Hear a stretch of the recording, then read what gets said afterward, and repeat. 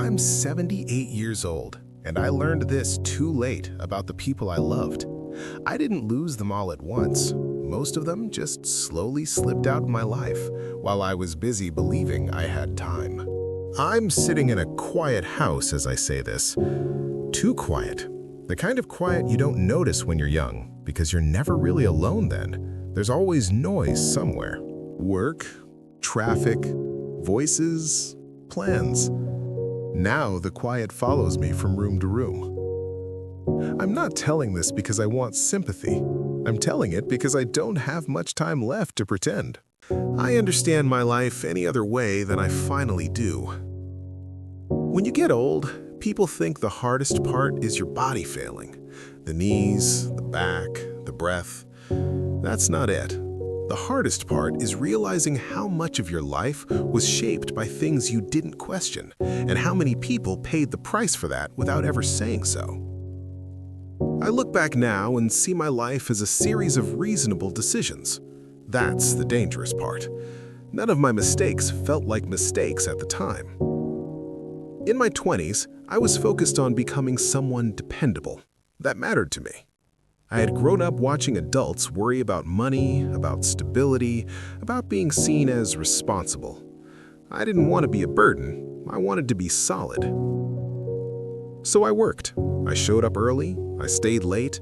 I said yes when I could have said no. I told myself this was what love looked like: providing, building, protecting the future.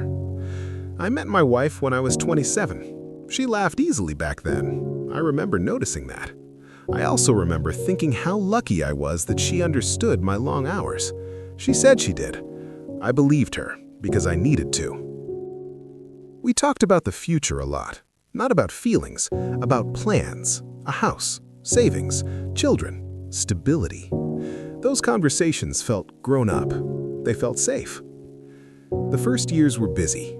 We were tired. We told ourselves that was normal.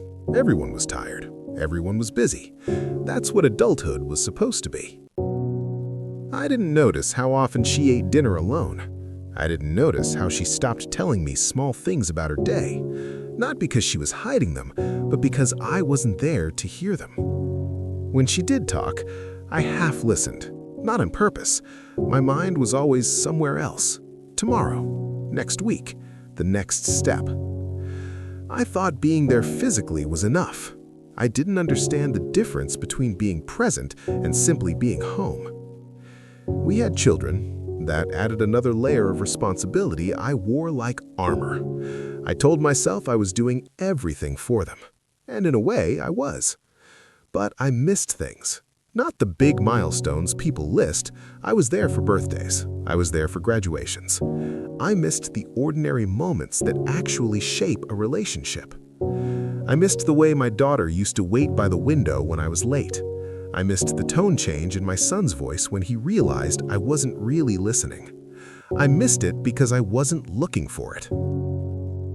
I assumed there would be time later, when work slowed down, when things were more settled, when life wasn't so demanding. Life doesn't slow down the way you think it will. My parents aged quietly while I was building my own life. I called them, but not often. Visits were short. Conversations stayed on the surface. I didn't ask my father about his regrets.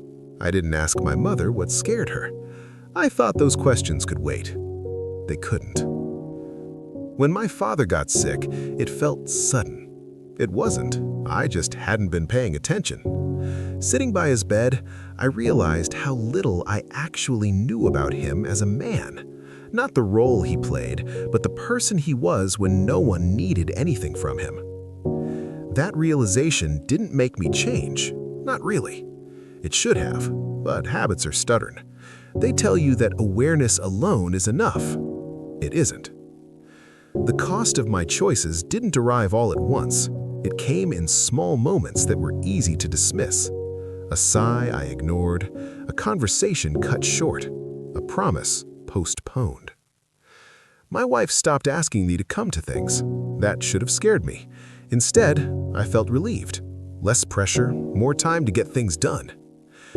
That's how love erodes sometimes.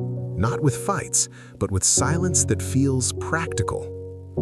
When she finally told me she felt alone, I was surprised, genuinely. I argued. I listed everything I had done. I thought love could be proven with effort and endurance. She wasn't asking for proof. She was asking for presence. By the time I understood the difference, something had already broken between us. Not shattered, just cracked enough to let the cold in. We stayed together. On paper, it looked like success. Long marriage, shared history, family photos. Inside, there was distance we never quite crossed over again.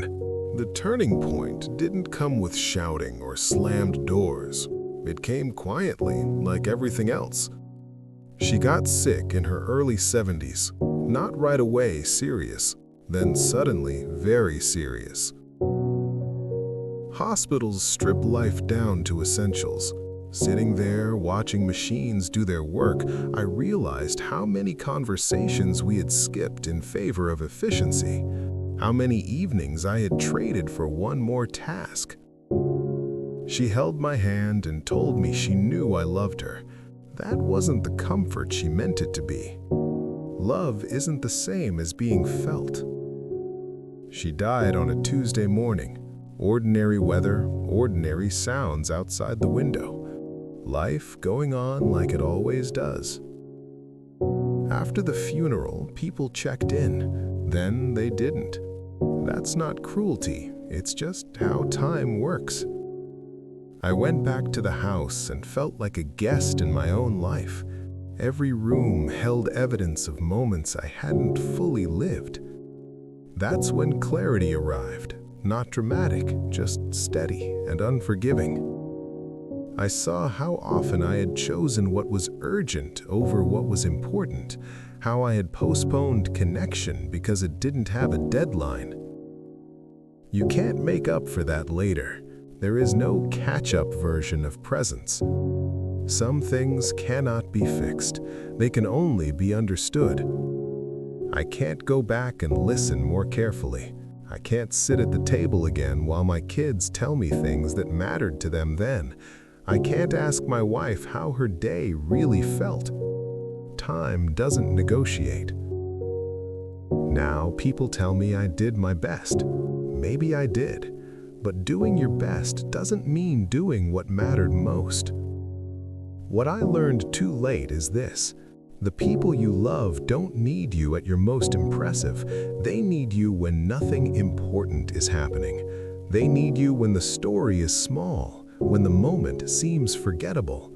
That's where life actually sits. I thought love was something you carried inside. I didn't understand that it has to be expressed in ways that interrupt your plans. If you're listening to this, I don't know your life. I don't know your pressures. I won't pretend I do. I only know what it feels like to sit where I'm sitting, with fewer tomorrows than yesterdays, and see clearly what I traded away without meaning to. You don't feel regret all the time when you're old. That's a myth. Most days are quiet, ordinary, but the regret visits often enough to leave its mark. It shows up when the house is still, when no one calls, when you remember a voice you can't hear anymore. If there's anything I wish I had known, it's that love isn't patient with delay. It doesn't stay intact while you handle other things first. I thought I was being responsible. I didn't realize I was teaching the people I loved how little time I had for them. I don't say this to tell you what to do. I say it because this is the truth of my life, and it feels wrong to leave it unspoken. I have people I loved deeply who never fully knew that, because I never fully showed them. What's left now is acceptance, not peace. Acceptance is quieter than that. I wake up, I make my coffee, I sit by the window, I remember. If this meant something to you, hold on to it in whatever way feels right. That's enough. I'm 78 years old. This is what I learned too late about the people I loved.